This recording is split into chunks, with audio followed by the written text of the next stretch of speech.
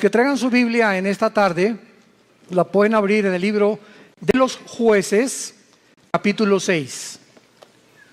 Nuestro tema se titula Dios habla en tiempos de crisis. Dios habla en tiempos de crisis. Vamos a ver en el capítulo 6 de Jueces la historia breve que enfrentó uno de los jueces de Israel llamado Gedeón. El libro de los Jueces, y esta es una característica increíble de la Biblia, que no se nos oculta los pecados de los más grandes hombres, ni tampoco se nos oculta los pecados de diferentes tribus o naciones que han a través del tiempo atravesado nuestra historia. Y el libro de los Jueces se puede considerar en el Antiguo Testamento que fue la época más oscura de la historia de Israel, donde más apostasía hubo, porque hubo aproximadamente 13 jueces en un periodo, estamos hablando de 400 años. O sea, el libro de los Jueces cubre un periodo de 400 años. Cubre 7 apostasías, 7 esclavitudes bajo 7 naciones paganas y 7 liberaciones de Dios. Este libro es un libro que contiene, vuelvo a repetir, la historia de este pueblo de Dios que es Israel, donde continuamente estaban ellos alejándose de Él. Y Dios iba y los recogía. Pero siempre Dios tiene hombres o mujeres que Él escoge para que tú vayas a tu casa a traer a tu familia a la cruz, para que puedas traer a tu nación a la cruz, para que en tu escuela comiences a alborotar la escuela y a conseguir que en tu escuela se hagan conferencias, para que podamos alcanzar al mayor número de personas, para que en tu negocio, en tu consultorio médico, en tu bufete de abogados, en tus despachos de contaduría, en tu taller de carpintería, Dios nos llama a nosotros para que seamos luz. Y mientras nosotros no estamos haciendo nada, los malos van a prosperar.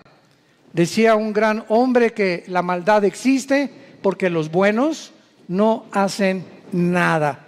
Entonces, si nos limitamos a ser cristianos de domingo y solamente venimos el domingo a persinarnos y a tener un devocional, oír la palabra, y no entendemos la responsabilidad tan enorme que Dios nos ha encomendado, estamos muy, muy lejos de poder verdaderamente presentarnos delante de Dios sin tener nada de qué avergonzarnos. El libro de los Jueces describe, repito, una de las peores épocas que atravesó Israel. Fueron tiempos de apostasía muy grandes, por lo que Dios tenía que levantar hombres para que volvieran el corazón del pueblo a Dios. Estos jueces o estos líderes que en esta época Dios levantó, eran épocas de emergencia nacional y conducían al pueblo a la guerra, dirigiendo a la nación y ejerciendo las funciones de magistrados, de militares y de civiles al mismo tiempo. Porque en esta época, ¿verdad?, el sacerdocio estaba por los suelos y no había realmente un gobierno civil que se pudiera respetar. Esta es, en Jueces capítulo 6, la cuarta vez en el libro, la cuarta vez que Dios levanta una nueva generación que le fallaba a Dios. Y esta generación había sido cautivada por el mundo.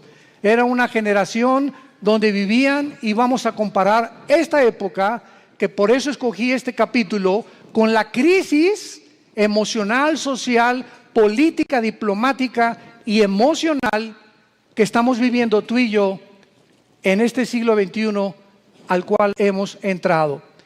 Esta generación, ¿verdad?, dejaron de vivir separados para Dios y a desear el estilo de sus vidas mezclándose en las fiestas, en las diversiones, en todos los ritos paganos, con un cristianismo completamente diluido. El mensaje que se propagaba ya no era el mensaje del evangelio como ahora en nuestra época.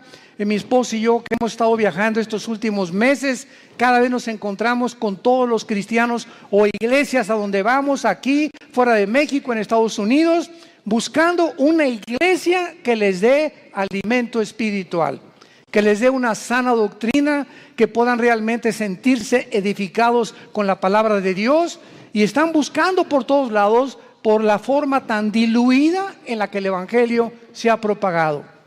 Y al mismo tiempo vivimos una época de cinismo espiritual. Hace algunos días yo estaba en una conversación con una persona que conozco hace muchos años en Cristo. Bueno, este es solamente como un ejemplo de introducción al libro de los jueces. Y esta persona yo la conozco desde hace muchos años. Es más, él vino y se convirtió bajo nuestro ministerio. Y entonces yo oí hace como algunos meses que él había abandonado a su esposa y había abandonado a sus hijas. Y se había ido, pues, desde luego con un amante, ¿verdad? Con otra muchacha, su secretaria, o no sé, no importa quién haya sido. Entonces me encuentro yo a esta persona y comienzo a decirle, oye, ¿qué fue lo que sucedió? ¿Verdad? Que estoy en mi corazón partido a la mitad por lo que tú has hecho. ¿Y saben ustedes lo que me contestó esta persona que tenía aproximadamente o tiene casi 15 o 20 años en Cristo? Bueno, pero ya nos perdonó Dios. Le digo, bueno, ¿te perdonó a ti? No, es que mi esposa pues ya también anda buscando otro. Pues claro, le dije, no se va a quedar a vestir santos. Si tú te vas con la amante y te casas con la otra, tu esposa no se va a quedar a esperarte toda la vida. Entonces no vengas con ese cinismo y decirle, pues ella ya arregló su vida, ya nos perdonamos los dos y ya me perdonó Dios. Inmediatamente lo que yo detecté fue lo siguiente, que hay cantidad de personas que se llaman cristianas y que piensan de la misma forma, total que Dios me va a perdonar y me puedo divorciar. Y ya que me case con otro y forme otro hogar, entonces ya Dios me puede perdonar y comienzo nuevo. Porque él me dijo, bueno, ¿y ahora qué sigue? Le dije, lo que seguía era lo siguiente. Si tú abandonas a tu esposa por adulterio y por otra mujer, tú te arrepientes de tus pecados y esperas que tu esposa te perdone y te esperas antes de casarte a que se case ella primera para que tú quedas libre. Esa es la forma en la que la Biblia nos traza el divorcio, el adulterio. Para Dios es algo gravísimo el divorcio, gravísimo, porque es la santidad más grande que existe y la institución más santa que existe, el matrimonio. Y ahora por cualquier cosa, todo el mundo busca, hasta porque no me cocina bien, me busco otra cocinera. Es increíble la ligereza en la que la sociedad se encuentra actualmente. Y de acuerdo a la Biblia, la única causal de divorcio es el adulterio. Nada más. Que me pega, pues te esperas y oras por él y se separan temporalmente, pero es el adulterio la única razón, y el abandono de hogar, que el gavilán te pega y se va con otra, que abre la jaula y que vuele lo más lejos que pueda. Pero bajo ninguna otra circunstancia la Biblia aprueba el divorcio. Todo esto lo vamos a tratar en el seminario de matrimonios allá en la Riviera Maya. Estoy preparando una serie de mensajes tremendos. Los esperamos que nos acompañen ahora en octubre. Y este es solamente un caso de cómo vivían los jueces. Era un tiempo de cinismo espiritual. Era un tiempo en que todo lo tomaban a la ligera. Al cambio que Dios me perdona. Esto se llama tomar la gracia con libertinaje. Aprovecharse de la gracia de Dios y vivir una vida de libertinaje, pues al cambio que Dios me perdona. Vamos a ver estas crisis en la época de Gedeón.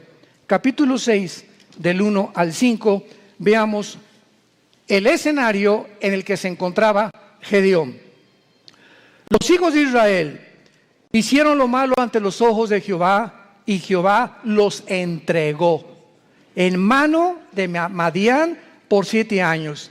Recordemos que Madián era uno de los hijos de Cetura, la segunda esposa de Abraham. Cuando se murió Sara, se casó con Cetura y de ahí nacieron los madianitas. Lo podemos ver en Génesis capítulo 25. Entonces los madianitas eran primos hermanos de los israelitas o medios hermanos de los judíos. Y la mano de Madián prevaleció contra Israel. Y los hijos de Israel, por causa de los madianitas, se hicieron cuevas en los montes, cavernas y lugares fortificados. Pero pues sucedía que cuando Israel había sembrado, subían los madianitas y amalecitas, y los hijos del oriente contra ellos subían y los atacaban. Y acampando contra ellos, destruían los frutos de la tierra hasta llegar a Gaz. Y no dejaban que comer en Israel ni ovejas, ni bueyes, ni asnos. Porque subían ellos y sus ganados, y venían con sus tiendas en grande multitud, como langostas. Ellos y sus camellos eran innumerables, así venían a la tierra para devastarla. No cabe duda que podemos nosotros, con esta introducción, poder comparar la época en la que nosotros estamos viviendo y el paralelo tan grande que existía en los tiempos de Gedeón y nuestro tiempo actual. Vemos en estos primeros 5 versículos la primera clase de crisis. Estaban atravesando una crisis social y de mucha violencia. Israel se había abandonado de los caminos de Dios. Dios los entrega en manos a enemigos, porque esta es la forma como Dios trata con todos nosotros. Dice la Biblia que mientras estamos en la luz, 1 Juan capítulo 1, la sangre de Cristo nos limpia de todo pecado. Bajo la luz, el diablo, los demonios no pueden meterse con mi vida, ni con mis hijos menores de edad, porque estoy bajo la protección de Dios. En el momento en que nos movemos y regresamos a la dimensión de las tinieblas, que es donde Satanás tiene acceso, Satanás no tiene acceso a la luz. Dios es luz y no hay tinieblas en él. Entonces las tinieblas están relacionadas con el pecado. El momento en que tú pecas, o ya traes una mujer en tu mente que no es tu esposa, o ya metiste pornografía a tu casa, o ya comenzaste a hacer cosas que son desagradables a los ojos de Dios, sin que tú te des cuenta, si tú mantienes este tipo de vida, comienza el cerebro y las emociones a ser afectadas, y entonces viene lo que se llama el engaño, donde comienzas a engañarte, porque el pecado tiene el poder de engañarnos, y comienzas a convencerte que no estás tan mal. No, esa es una prostituta, esa sí está mal. No, yo no soy con mi compadre si es borracho, parrandero y jugador. Yo por lo menos estoy casado con mi esposa y tengo mis aventuritas, ¿verdad? De vez en cuando, una canita al aire, pero de vez en cuando. Y Dios es un Dios que dice la Biblia, sus párpados nos examinan y nuestros caminos están delante de Él las 24 horas del día. Y cuando viene el engaño, cuando vienes tú a la iglesia a oír la palabra de Dios, como los domingos o los estudios entre semana que muchos de ustedes toman, o en el ITI, el propósito de Dios al exponernos a su palabra es abrirnos el entendimiento para convencernos de pecado. Siempre que hay un mensaje de la Biblia, hay algo que el Espíritu Santo usa que se llama la convicción de pecado, porque solo Él, ni el pastor, ni tu compadre, ni nadie te va a convencer que estás mal más que la palabra de Dios. Entonces nos exponemos a la palabra de Dios, y tú en esta tarde que escuchas tienes esta oportunidad en la que Dios te está hablando. Yo no sé tu vida. Muchos dicen, es que ¿quién le contó mi vida? Nadie me ha contado tu vida, ni te conozco, mosco. Entonces ese es un problema tuyo y con Dios, pero Dios usa la Biblia, y si tú cuando oyes la palabra de Dios no te arrepientes y sales por esa puerta igual que como entraste, viene lo que se llama la dureza del corazón, que se usa con la palabra porosis en el griego, que es cuando un carpintero o una persona que usa instrumentos de martillos y de cinceles está golpeando y golpeando hasta que te salen callos en las manos. Esto es un fenómeno muy interesante. Y cuando te salen callos, lo interesante que el callo no tiene células. Le metes al callo una aguja y no lo sientes, trátalo y vas a ver cuando te salga un callo, porque es tejido muerto. Y esta palabra se usa en el hebreo y en el griego para describir la dureza del corazón que muchos cristianos comienzan a tener, donde llega el momento que la palabra, como una espada que quiere cortar, ya no corta, porque ya perdiste la sensibilidad al Espíritu Santo. Y entonces, cuando llegas a ese punto donde ya no eres sensible a la palabra de Dios y que no te das cuenta cuán duro está tu corazón, si eres una persona regenerada por el Espíritu Santo y realmente naciste de nuevo, eres un hijo y eres una hija de Dios, Hebreos 12, Dios te va a disciplinar. Y déjame decirte algo, cuando a Dios le queda esa opción de disciplinarnos, su mano es muy, pero muy pesada. Dice en Hebreos 10, horrenda cosa es caer en manos del Dios vivo. Y no les está hablando a los incrédulos, le está hablando a la familia de Dios. Su mano es muy pesada, porque Cristo dijo, es preferible que pierdas tu mano, tu pierna, tu brazo o tus ojos o lo que sea físicamente, a que entres al infierno entero. ¿Cuántas veces las cosas que nos pasan, accidentes, problemas morales en la familia, etcétera, etcétera, tienen el único propósito de hacer que regresemos a la cruz? Porque Dios sabe, nos ama tanto, tanto, tanto Jesús, que Él prefiere que podamos sufrir físicamente o moralmente con la única razón de regresar a la cruz.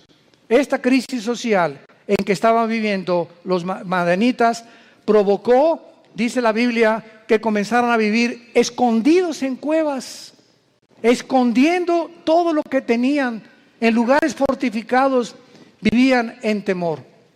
En segundo lugar, en el versículo 6 dice la Biblia, de este modo empobrecía Israel en gran manera por causa de Madián, y los hijos de Israel clamaron a Jehová. Vemos nosotros que aparte de una crisis social, se encontraban en una crisis emocional y económica. Gedeón se encontraba escondiendo el trigo para que no se lo robaran. Vivían bajo el temor y la inseguridad. Dice el versículo 11, vino el ángel de Jehová, se sentó debajo de la encina que está en Ofra, la cual era de Joás Abiserita, y su hijo Gedeón estaba sacudiendo el trigo en el lagar para esconderlo de los madianitas. Y en tercer lugar, no solamente vivían una crisis social y de violencia, una crisis económica y emocional, sino que la peor de todas era la crisis moral y espiritual en que se encontraban. Versículos 12 y 13. Y el ángel de Jehová se le apareció a Gedeón desde luego y le dijo, Jehová está contigo, varón esforzado y valiente. Y Gedeón le respondió, Señor mío, si Jehová está con nosotros, ¿por qué nos ha sobrevenido todo esto? ¿Por qué le pasó esto a mi hijo? ¿Por qué me chocaron el carro? ¿Por qué me robaron? ¿Por qué estamos en la condición en la que estamos? ¿Por qué estoy pide y pide trabajo y no encuentro por ningún lado? ¿Qué está pasando? Señor, si tú estuvieras conmigo, no estuviera pasando esto que estoy atravesando. ¿Y dónde están todas sus maravillas? Le sigue diciendo Gedeón al ángel. A ver, ¿dónde están las maravillas de Dios que nuestros padres nos han contado diciendo que nos sacó Jehová de Egipto? Y ahora Jehová nos ha desamparado y nos ha entregado en manos de los madianitas. Y mirándole Jehová le dijo, ve con esta tu fuerza y salvarás a Israel de mano de los madianitas. ¿No te envío yo? Vamos a ver esta aplicación rápido de las tres crisis sociales para continuar desarrollando esta conferencia. De la misma manera, la sociedad en que vivimos ahorita, vivimos una crisis social, oprimida por la inflación, las guerras, el hambre, las naciones fuertes oprimiendo a las débiles, crímenes, secuestros, robos, actos de terrorismo al inicio del siglo XXI. confusión, agreguémosle esto, que vivimos, escuchen esto, vivimos la confusión política y diplomática más grande de la historia. Vivimos la confusión política más grande y diplomática de la historia. Podríamos decirle nosotros que nacimos después de la Segunda Guerra Mundial, que desde la Segunda Guerra Mundial que Estados Unidos se levantó como la supremacía política, económica y militar del mundo, seguido por la Unión Soviética o las repúblicas socialistas soviéticas, hasta el siglo XXI hemos entrado a un punto donde ya entre las mismas naciones, a pesar de la grande tecnología y los avances científicos que tenemos, nos encontramos tan confundidos políticamente, donde ya los gobiernos del mundo ya no saben qué sistema de gobierno utilizar, si socialismo, si comunismo o socialismo y comunismo mezclarlo, si democracia, si monarquía, porque los sistemas que se han probado hasta el siglo XXI, las mismas democracias han fracasado.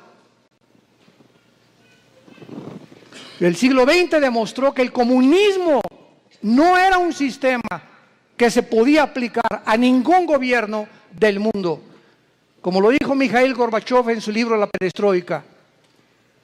Vemos ahora que la democracia, pues se siguió el patrón de la democracia, el modelo de la democracia, porque era Estados Unidos el que iba como líder.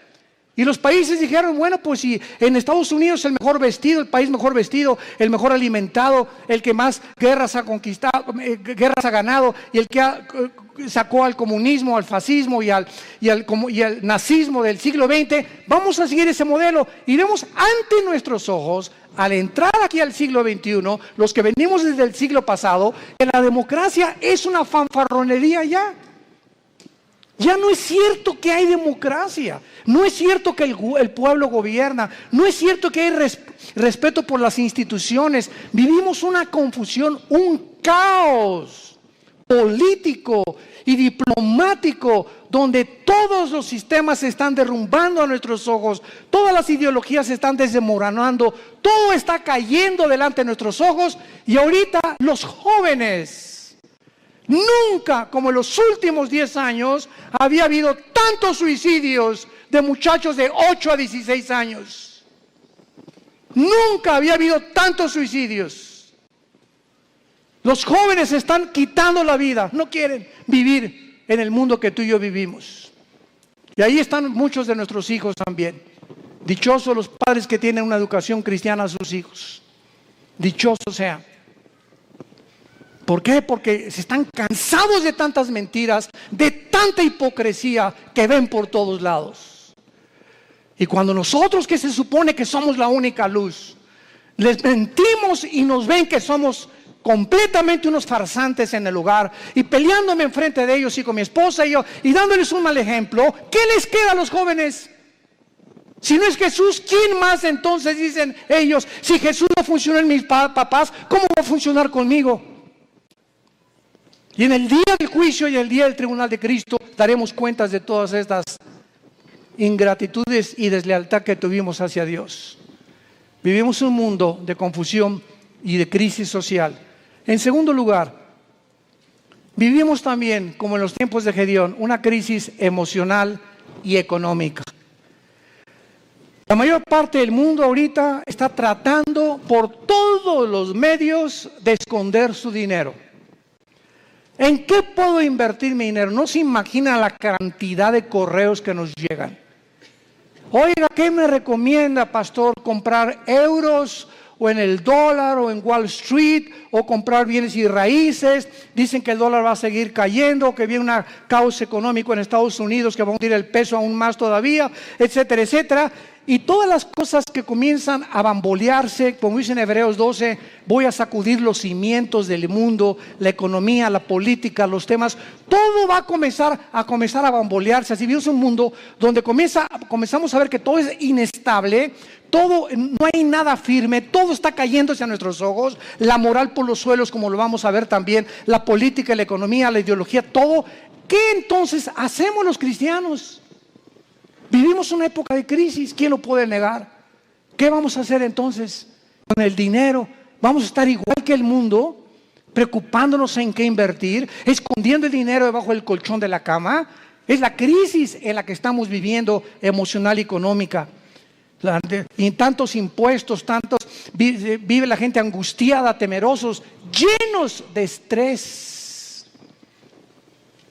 La clínica Mayo en Rochester, una de las clínicas más prestigiadas en medicina, el Hospital Hopkins en Inglaterra, de Estados Unidos, de las instituciones más prestigiadas en medicina, llegaron a un acuerdo el año pasado que la causa número 1 de problemas físicos en el ser humano actualmente y emocionales tienen una sola raíz. Ya no son ataques al corazón, entonces consecuencias. El problema y el peligro más grande que está asumiendo al mundo ahorita, robándole la salud, se llama el estrés. El estrés. Aún mismo el estrés te hace subir el nivel de tu colesterol y de tus triglicéridos. Así que si tú eres una persona que fuiste al médico y tienes más de 200 de colesterol arriba, o tu glucosa pasa de los 100 puntos, etcétera, etcétera, y tú dices, bueno, voy a entrar a una dieta, y crees que con la dieta se va a mejorar, claro que te va a ayudar, pero si no va acompañado con la paz en tu vida, y tú puedes estar comiendo todos los días lechuga y convertirte en el bunny bugs, en el conejo. No importa lo que puedas hacer, si tu vida no tiene paz y no tiene equilibrio y no tiene una estabilidad emocional, no importa lo que hagas, porque emocionalmente lo que descompone el organismo es el cerebro y la falta de paz. El estrés es un estado de angustia, de incertidumbre, que estás así, de enojo, de ira, de desconfianza en el mundo, andas como león enjaulado y se te atraviesa en el tráfico y quieres sacar la pistola y le recuerdas a la mamá y hasta a la abuelita le recuerdas cuando se atraviesan en el tráfico. Y llegas a la casa y estás igual. Entonces tú no vas a llegar a los 40, 50, 60 años de edad como una persona normal y vas a comenzar a padecer de enfermedades que tienes una buena dieta, pero te está descomponiendo tu estado emocional. ¿Por qué? Porque no tienes paz. Y hace 2000 años, Jesucristo nos dio la medicina para el estrés. Mateo capítulo 6, versículo 25 en adelante. Por nada estén afanosos. La vida es más que el alimento y el cuerpo más que el vestido. Miren ustedes a las aves de los cielos. Aunque tú en tu cerebro no lo puedas captar ni lo puedas dimensionar, los pajaritos, cada pajarito de cada campo, de cada bosque en el mundo, cada pajarito depende de mi Padre. Y Dios les puso a los pajaritos un chip para que nunca veas a un pajarito sembrar, para que nunca veas a un pajarito cosechar, y para que jamás vayas a encontrar que ningún pajarito nunca guardan su comida, no la almacenan en Banamex ni en Bancomer. Y sin embargo, vale $1 cada pajarito, $2, y si mi Padre los alimenta, ¿cuánto más ustedes, que di mi vida en una cruz, que resucité de los muertos, que cambié la historia, que me apareció a más de 500 personas en los primeros meses y años de mi vida, y que vivo en el corazón de muchos de ustedes? ¿Cómo es posible que hayas llegado a ese punto donde dudes que te voy a dejar? Ahora que estábamos mi esposa y yo en Acapulco, no estábamos ni en la playa. Siempre que, igual cuando vamos a la Riviera Maya, ¿verdad? Lo que menos, ni a la alberca nos da tiempo de meternos, porque vamos a ministrar a la gente. Y estábamos en Acapulco y tuvimos el desayuno, 600 personas. Fue una vez, como no se imagina qué bendición fue. Nuestra iglesia en Acapulco está creciendo tremendamente. Bueno, en la consejería llegó una muchacha este fin de semana pasado y nos dice a mi esposa y a mí, de 18 años, ay, pastor, ¿qué te pasa, nena? No tengo trabajo. Nena, ¿tienes papá? Sí, y mamá también. cama para dormir? Sí. ¿Y comida? Sí. Entonces, ¿y eres cristiana? Sí. Entonces, ¿por qué estás en esta condición?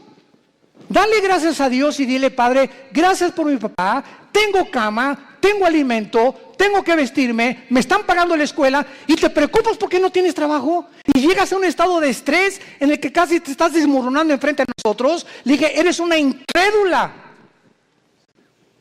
Tú no puedes agradar a Dios de esta manera. El día que tú le des gracias a Dios por lo que tienes y no te fijes en lo que no tienes, Dios te va a dar el trabajo. Fíjense ustedes cómo somos, ¿verdad? ¿Cómo somos nosotros? ¿Cuántos refugiados salen ahorita de Siria? 6 millones. Velos en los periódicos, velos en los videos, con una maleta, con 3 cambios de ropa o 2 a lo mucho, con 3 o 4 chamaquitos detrás de ellos, sin saber qué país les va a abrir la puerta, sin saber si mañana van a dormir en la tierra, en un camión, si los van a matar. Y nos estamos quejando nosotros. Nos estamos quejando nosotros. ¿Será posible que seamos tan malagradecidos? Y siempre viendo lo malo, siempre no tengo esto y no tengo aquello, pero tienes vida y vives en un país libre, tienes padres, tienes una casa, tienes un petate donde echarte, tienes guaraches.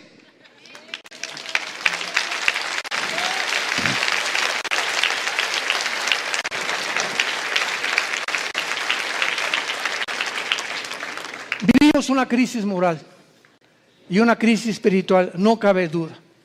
Y tenemos que entender que no es como comenzamos, recuerda esto, sino como terminamos lo que vale delante de Dios. Como este muchacho que comenzó muy bien, 20 años discipulándolo, ya se va con una otra chamaquita y deja a su esposa y todo. Le digo: recuerda que no es como comenzaste, es como terminaste. Y estás terminando mal. Le dije: vas mal y vas a acabar mal. Comenzaste muy bien, pero todo aquello que tú hiciste no te será tomado en cuenta, porque lo que importa es cómo llegamos a la meta, lo que va a contar delante de Dios. Pues hice un asilo para ancianos y hice un orfanatorio para niños. Eso fue del pasado. Hoy, si tú mueres, hoy en la noche, ahorita saliendo te atropella un camión, se te avienta encima un camión de 10 toneladas y te da como tortilla aplastado y llegas al cielo ahorita mismo en la tarde. ¿Qué le vas a decir a Dios? ¿Qué hiciste con tu vida? Lo alabaste, lo bendeciste. ¿Cuánto de tu tiempo se lo dedicaste a Él? ¿A cuántas personas les hablaste de Jesús? ¿A cuántas personas de tu familia ya has traído a la cruz? Hoy, ¿qué es tu vida? Tú no sabes si hoy es el último día que vivimos. Nadie lo sabe. En Hebreos capítulo 6 hay una exhortación muy fuerte y se nos dice, Hebreos 6, 11 y 2. Pero deseamos que cada uno de ustedes muestre la misma solicitud hasta el fin. Otra vez, no es como comenzamos, sino mantener el mismo ritmo.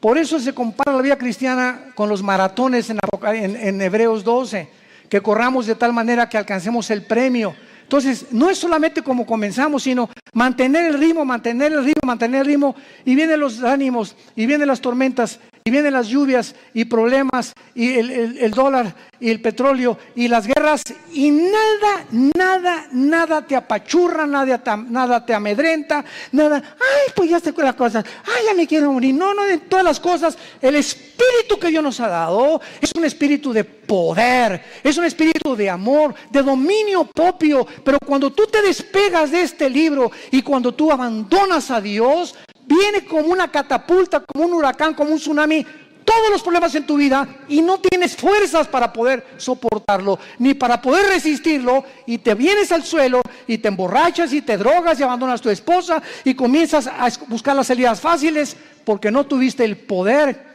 que no le dijiste al Espíritu Santo que te fortaleciera. Y por eso muchos de ustedes viven una crisis moral, de depresión y de estrés, porque no es cierto que creen en Jesús. Se han soltado de Jesús, y en este tiempo de crisis el corazón está siendo probado. Dios nos está probando en esta época, porque escúchenme, somos la última generación que estoy seguro que nos vamos en el arrebatamiento de la iglesia. Y por ser la última generación nos va a pasar por el fuego Dios. por el fuego. Y las pruebas van a demostrar cuántos realmente eran hijos e hijas de Dios. Deseamos que cada uno de ustedes muestre la misma solicitud para plena certeza de la esperanza, a fin de que no se hagan perezosos, sino imitadores de aquellos que vean las dos cosas y los dos elementos indispensables, la fe y la paciencia, heredan las promesas. Si tú no confías en Dios y no eres paciente con Dios, tus anhelos, tu destino, tus sueños, tu visión, lo que tú quieras para tus hijos, para tu matrimonio y para tu negocio, no lo verás realizado porque te diste por vencido. Porque tiraste la toalla. Porque dijiste, no, ya, avienten la toalla, paren la pelea. Ya no aguanto tanto trancazo. Y estamos en un mundo donde vemos los campos llenos de cristianos amargados.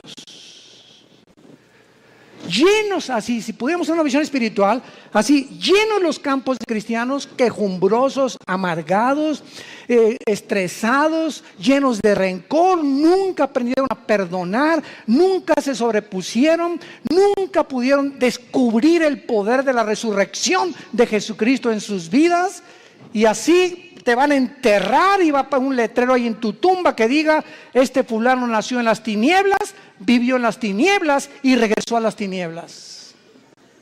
Nunca vio la luz, no la quiso ver. Y en Hebreos 10, otra exhortación con las mismas características. Hebreos 10, 35 en adelante. No perdáis pues vuestra confianza, que tiene grande galardón, porque les es necesaria la paciencia, para que habiendo hecho la voluntad de Dios, obtengáis la promesa. Pero aún un poquito y el que ha de venir vendrá y no tardará, mas el justo vivirá por fe. Y si retrocediere, no agradará a mi alma. Pero nosotros no somos de los que retroceden para perdición, sino de los que tienen fe para preservación del alma. El que tiene al Espíritu de Cristo, porque recibirán poder cuando el Espíritu venga sobre vosotros. El que realmente ha nacido de nuevo, el que ha sido regenerado en su naturaleza y se le ha impartido la naturaleza divina dentro de su alma, esa persona puede caer y puede decir con Pablo, estamos en problemas, pero no desesperados. Estamos con muchas adversidades, pero no angustiados. Perseguidos, mas no desamparados. Derribados, pero no destruidos. Llevando por todas partes la muerte de Jesús en nuestros cuerpos, para que la vida de Jesús se manifieste a través de nuestros cuerpos mortales. Esta es la expresión de un hombre de Dios. Un cristiano verdadero tiene problemas, pero nunca llegará a la angustia. No tengo trabajo. ¿Qué voy a hacer? Nunca llegarás a ese punto de sentirte arrinconado donde no ves ninguna ventana, el mundo se te cerró, todo es tinieblas, porque no puedes ver a través de esas tinieblas, simplemente porque no quieres verla, porque no es cierto que crees en el poder de la resurrección del Hijo de Dios. Decía Filipenses 2 Pablo, todo lo que antes lo tenía por ganancia lo tengo por basura, con tal de conocerle y ser semejante a él en su muerte, y con el fin de poder conocer el poder de su resurrección. No solamente Cristo nos quiere que seamos iguales a su Hijo en conocimiento, en teología y en cosas intelectuales y de mucho conocimiento bíblico, sino que ese conocimiento nos transforme en guerreros, en guerreras, en hombres y mujeres que empujemos en la generación que tenemos, que no tengamos temor de nada ni de nadie, ni de los alacranes. del hombre, ni de la política que se cae. No tenemos miedo de nada, porque hay un Dios, nuestro reino está allá arriba, ahí viene la ciudad de Jerusalén, ya vienen por nosotros, ya viene una nave espacial grandísima que se llama la Nueva Jerusalén, donde va a aterrizar aquí en Apocalipsis 21 y 22, y donde vamos a vivir para siempre, y esa es la esperanza. Y mientras que se caiga el mundo, que se derrumbe el mundo, pero no me voy a dejar vencer por el mundo, porque el mundo no tiene esperanza. Tú y yo tenemos esperanza. Y esa esperanza es la que tenemos que transfundir a nuestros hijos.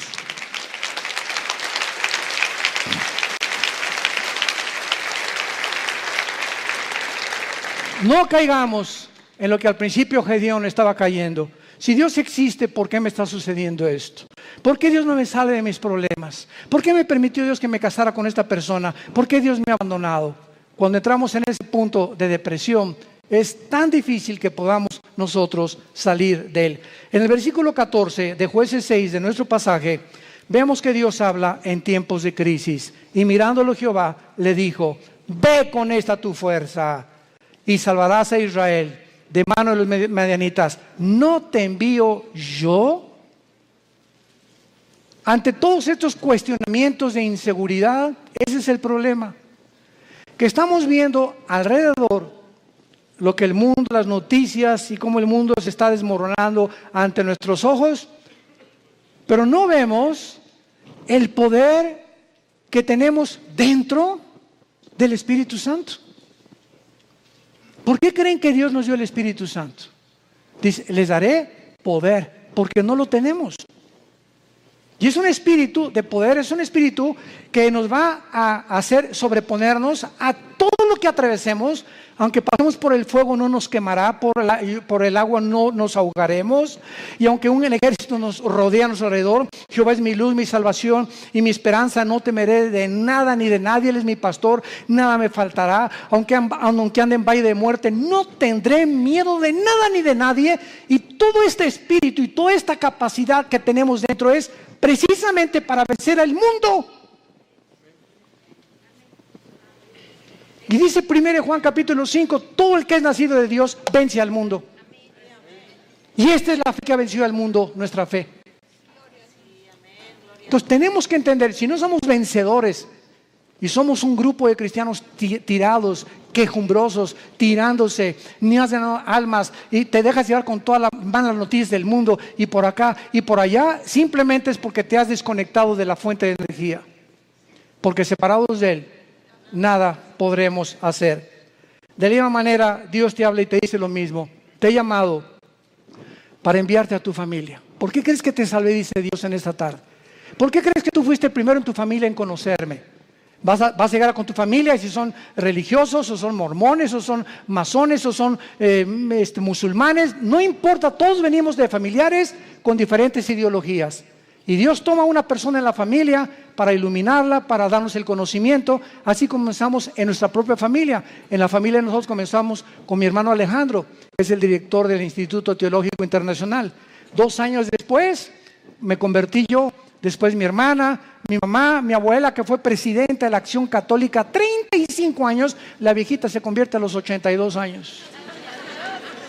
Que fue la que murió a los 93 años, Dios la tenga en su presencia. Pero toda la familia de repente, ¿verdad? Con el testimonio, con todos ahorita, todos los nuestros, ¿verdad? Desde luego, ya primos tenemos que no, pero lo que somos hermanos y todos de nosotros, todos somos cristianos y todos servimos a Dios. Fue una bendición enorme, una gracia que Dios nos dio. Pero ¿por qué, verdad? Porque esa es la misión de Dios, salvar familias. Tú y tu casa, yo y mi casa serviremos a Jehová, dijo Josué antes de morir.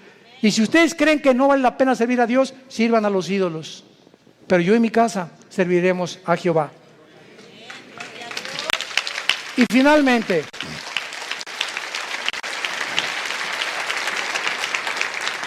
Gedeón le responde a Dios, versículo 15 y 16. Entonces le respondió: Señor mío, ¿con qué salvaré yo a Israel? He aquí que mi familia es pobre en Manasés, y yo el menor en la casa de mi padre. Jehová le dijo: ciertamente yo estaré contigo, y derrotarás a los madianitas como a un solo hombre. ¿Has tú también argumentado igual con Dios? Señor, pero ¿Cómo salvaré a mi familia? ¿Cómo les puedo testificar si soy débil? ¿Cómo me pones a mí de maestra de escuela dominical si con trabajo sé enseñar? ¿Cómo me quieres mandar a mí de misionero si tengo miedo de los afganistanes y ahí en Venezuela? ¿Cómo me mandas a mí de estas cosas? Y siempre estamos viéndonos nuestras capacidades. Siempre estamos viendo lo que nosotros podemos o no podemos hacer. ¿Cómo no me van a mí escuchar si en mi clase les hablo? Soy tartamudo, Señor. No veas tu tartamudez, no veas tus discapacidades, no veas tus debilidades, velo a Él. Eso fue lo que Moisés le dijo también. ¿Cómo me mandas a Faraón? Y le dijo Dios, ¿qué no hice yo el oído y no hice yo la boca?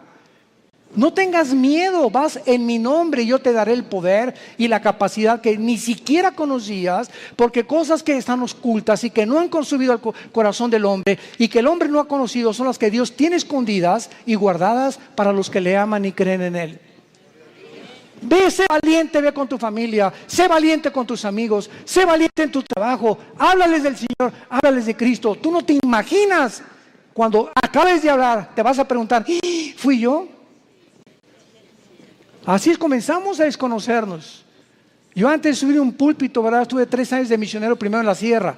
Ahí comencé yo de misionero, lo comentaba ahorita en la mañana al pastor César. Durmiendo en pisos de adobe entre Oaxaca y Guerrero, en la Costa Chica, en la Costa Grande, del 77. Este año, con la gracia de Dios, cumplo 40 años de servir a Dios. Este año. Gracias a Dios. Pero comenzamos. Dormíamos en ladrillos, envueltos en periódicos.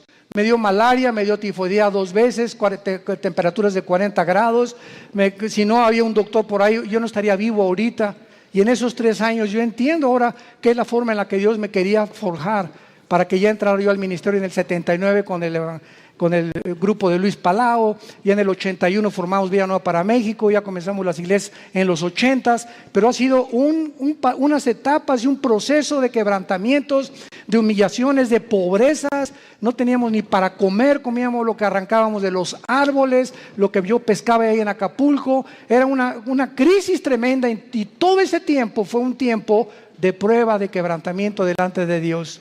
Pero sabe una cosa, cuando uno pasa eso, uno pierde el miedo, el temor a ser pobre. Porque si ya pasaste por eso, ¿verdad? Hay aquellos de los piruration. Pero cuando uno fue pobre, pero pobre, que duermes en un piso de adobe y no tienes ni siquiera un cojín donde poder dormirte, ya no le tienes miedo a la vida. Le pierdes el miedo a la vida. Porque sabes que sobre cualquier cosa lo peor que te pueda pasar es eso. Y más de allá, la muerte. Y para nosotros es ganancia. Y finalmente, Gedeón, una vez que él comienza a adquirir conciencia de que no es él y que es Dios el que le ha llamado, vemos nosotros que Gedeón en el versículo 18, lo primero que hace es, le dice al ángel de Jehová, que era Cristo desde luego, ven a mi casa y te voy a poner ofrenda. Y él respondió, esperaré que vuelvas. Entrando Gedeón preparó un cabrito y panes, etcétera, etcétera. Entonces el ángel de Dios, ya que tenía toda la ofrenda, le dijo, toma la carne y los panes sin levadura, ponlo sobre esta peña y vierte el caldo. Y él lo hizo así.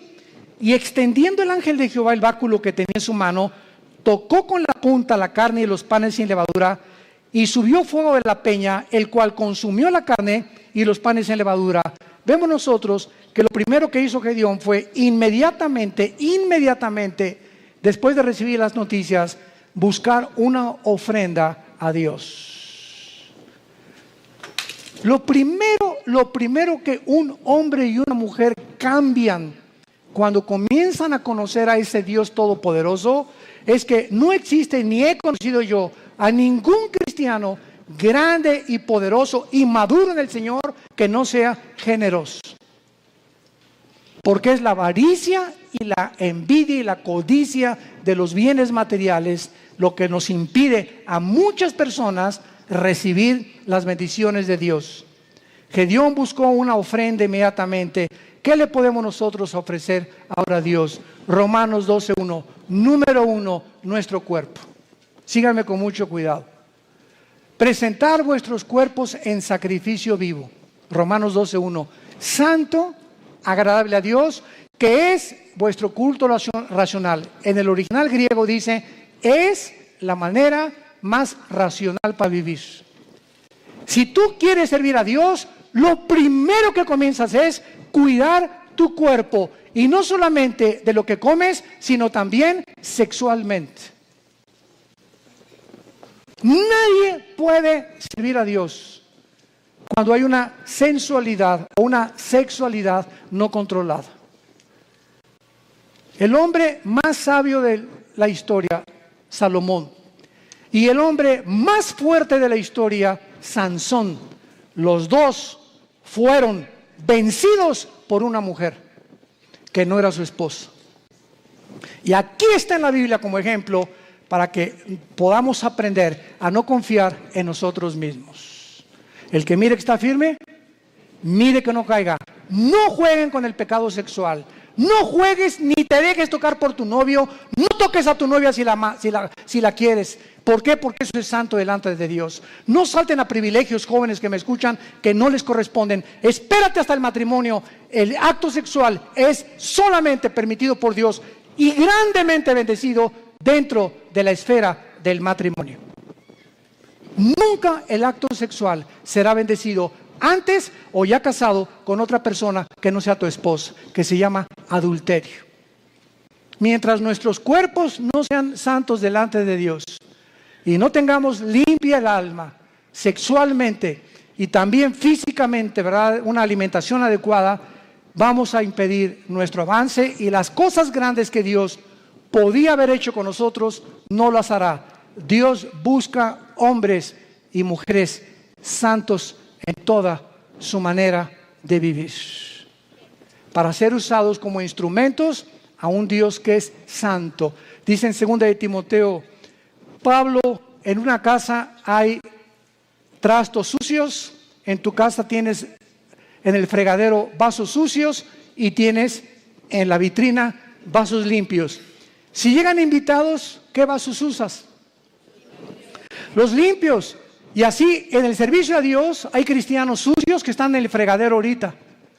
Ahí están, Dios está queriendo lavarlos y no los usa Dios. Y quieres que te use Dios, pero no te puede usar porque no estás limpio, entiéndelo. Entonces, si hay algo que Dios quiere usar ahorita y no aprovechemos esa oportunidad, va a buscar a vasos limpios Dios, porque Él es un Dios santo.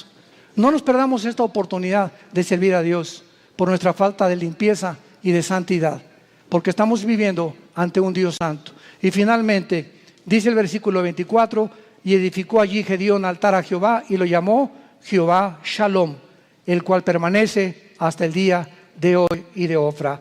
Vemos nosotros que Dios le dice a Dios, yo soy tu paz, y mientras yo tenga tu paz y yo gobierne tu vida sexual, tus pensamientos, tus emociones, tu destino, tú vas a ser un vaso que te vas a rendir. Y nunca nadie ha podido imaginarse lo que Dios puede hacer con un hombre y con una mujer enteramente rendidos bajo su poder. Te damos gracias, Señor, por tu palabra. Gracias, Señor, porque esta es la paz que podemos tener en medio de cualquier crisis. No importa la crisis que atravesemos, si no tenemos paz, seremos arrastrados con el mundo que nos rodea. Es de la paz que tú necesitas también, y entonces vas a entender que Dios te dice, no temas, yo estoy contigo. Yo soy tu Dios que te esfuerzo, sé valiente. Nunca te dejaré, nunca te abandonaré. Vas a entender que Él es suficiente. No necesitamos nada ni nadie más que a Él. Su poder con el que hizo el universo nos levantará, nos fortalecerá siempre. Que te pide que le entregues tu vida completamente en sacrificio santo, agradable a Dios, y que necesitas hacer la paz con Él en esta tarde si no la tienes. Dice el libro de Job 22:21, amístate ahora con Él y por ello te vendrá la paz. Haz a Jesús tu amigo y vas a conocer una paz que sobrepasa el entendimiento, que guardará tus pensamientos y tu corazón en medio de cualquier crisis que atravesemos, porque Él es Jehová Shalom, el Señor nuestra paz. En el nombre de Jesús. Amén. En esta tarde, César, vamos a hacer el llamado. Vamos a hacer el llamado ahorita para muchos de ustedes que no han recibido a Cristo, pero les pido que se pongan de pie para que recibamos esta bendición pastoral antes de que se vayan a sus hogares. Con todo tu corazón, con todas tus fuerzas, con toda tu mente, recibe esta bendición. Dios bendiga tu vida. Oh Dios, dile en tu corazón, sí, Señor. Dios bendiga tu matrimonio. Dios bendiga a tus hijos. Dios bendiga a tus padres, a tus hermanos, tus animales domésticos. Dios bendiga tu trabajo, tu entrada y tu salida. Dios ponga sobre ti su paz, que guarde tus pensamientos y tu corazón. Que seas lleno de todo conocimiento y sabiduría que viene de lo alto. Y el Dios de esperanza, que te llene de todo gozo y de paz en el creer, para que abundes en esperanza por el poder del Espíritu Santo. Les bendecimos en el nombre que es sobre todo nombre, en el nombre de aquel que mora dentro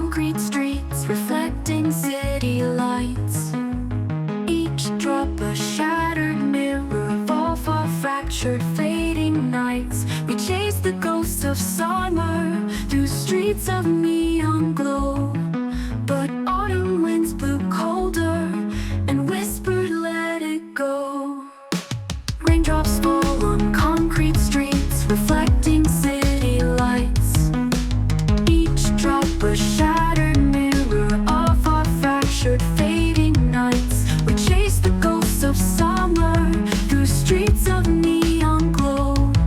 But autumn winds blew colder and whispered, let it go. Now echoes of your laughter haunt the corners of my mind. A bittersweet reminder of what we left behind. The air is thick with longing, a static symphony of whispered promises and dreams we thought could be. This city holds our secrets in its concrete veins, a labyrinth of memories where love still softly reigns, but where we're caught in the static between the signal and the noise. Two souls adrift, searching for connection in the void. I walk these empty avenues where we once danced in rain. The rhythm of my footsteps, a melancholic refrain. Each fading photograph, a testament to what we knew. A love that burned so brightly, but flickered and withdrew. This